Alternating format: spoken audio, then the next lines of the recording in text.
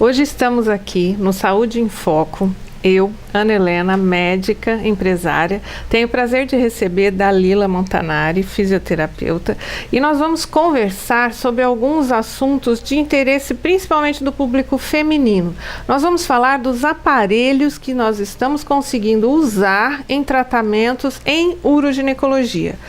Não só da parte estética, mas também em tratamentos de incontinência urinária, incontinência fecal, de algumas alterações de pós-parto, de pós-trauma, de pós-menopausa e que os aparelhos também estão sendo muito bem aceitos nessa área.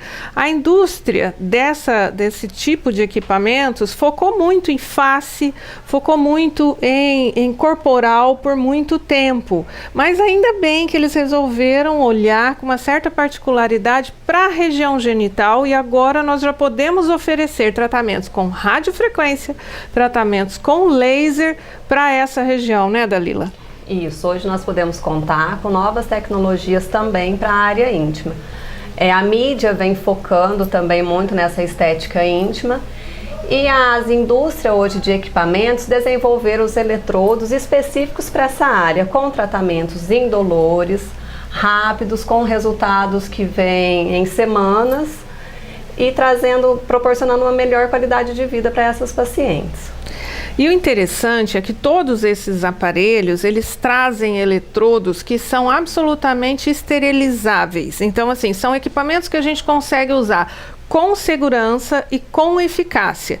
Então, assim, o que a gente quer é mostrar para as mulheres que todas essas alterações em assoalho pélvico, perda urinária, a parte de alargamento vaginal, a parte de incontinência urinária, a parte até estética dessa região genital, hoje vocês já podem contar com esse tipo de tecnologia. A Dalila trouxe aqui um eletrodo da radiofrequência usado exclusivamente para isso, né, Dalila? Isso. Mostra. Aqui a gente tem um eletrodo. O problema nosso com a esterilização sempre foi o fio, que não dava para a gente colocar no aparelho. Hoje a gente consegue retirar esse fio com toda a segurança. E fazer essa parte de esterilização. Fazer toda a parte de esterilização. Também as pontas, né, que são utilizadas na região vaginal, são autoclaváveis. E o que a gente vai trabalhar?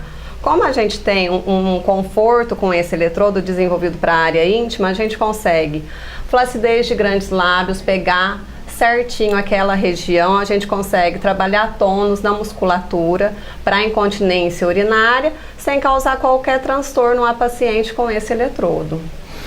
Então, como vocês podem ver, hoje a tecnologia, a medicina, ela se baseia muito nos avanços tecnológicos e em todas as áreas nós podemos contar com aparelhos. Mas uma dica que a gente sempre gosta de deixar, né, Dalila? Não só o aparelho tem que ser bom, tem que ter uma segurança, mas quem está manobrando esse aparelho. Então é interessante que sempre que forem procurar por um tratamento, seja ele com a finalidade que for, que a pessoa que vai operá-lo, seja o fisioterapeuta, seja o médico, tenha uma formação nessa área, né? Isso, saber os parâmetros do aparelho, a dosagem, no caso da radiofrequência, a temperatura que a gente vai utilizar para cada caso, tanto para incontinência uma temperatura, para flacidez é outra temperatura, cada um com seu objetivo diferente, então é interessante a procura de um profissional especializado para essa área. Assistam agora o quadro Prevenção em Foco, onde o Dr. Celso Tabosa trará recomendações e dicas sobre alergias.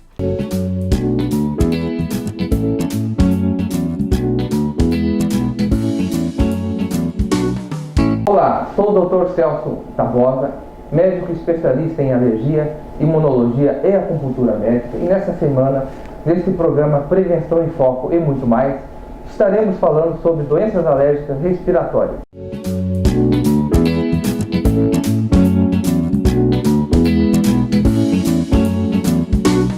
Muitas pessoas sofrem de alergias respiratórias, por isso eu tenho recebido muitas perguntas sobre essas doenças.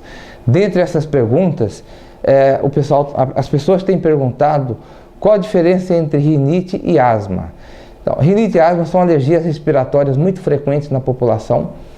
A rinite alérgica é uma alergia das vias aéreas superiores que se manifesta na forma de coceira no nariz, espirros, coriza, entupimento nasal, ou seja, alergia que envolve a mucosa nasal.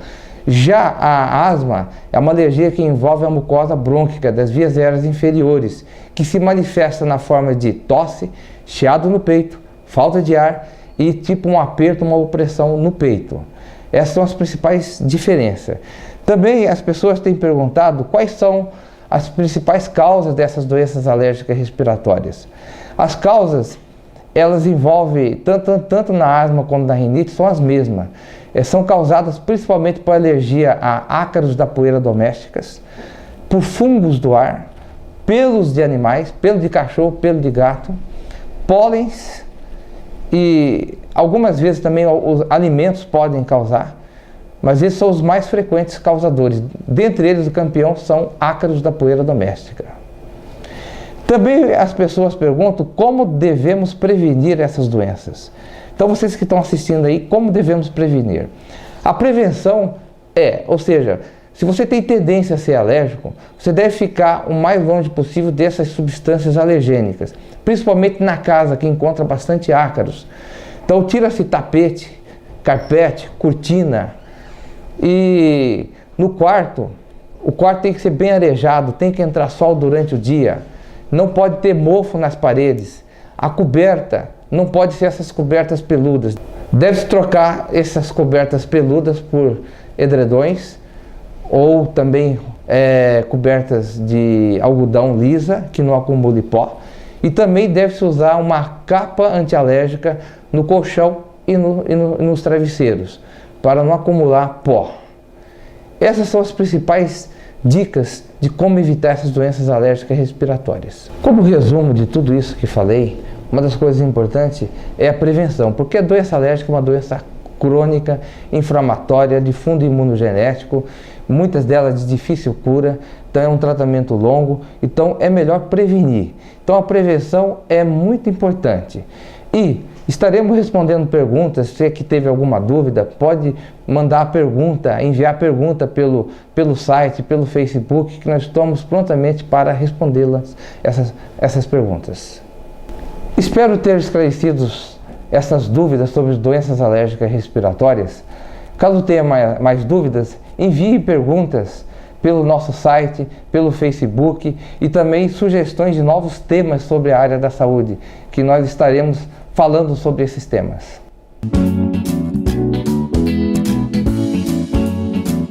Após essas importantes informações do Dr. Celso, vamos chamar os nossos comerciais e voltamos logo.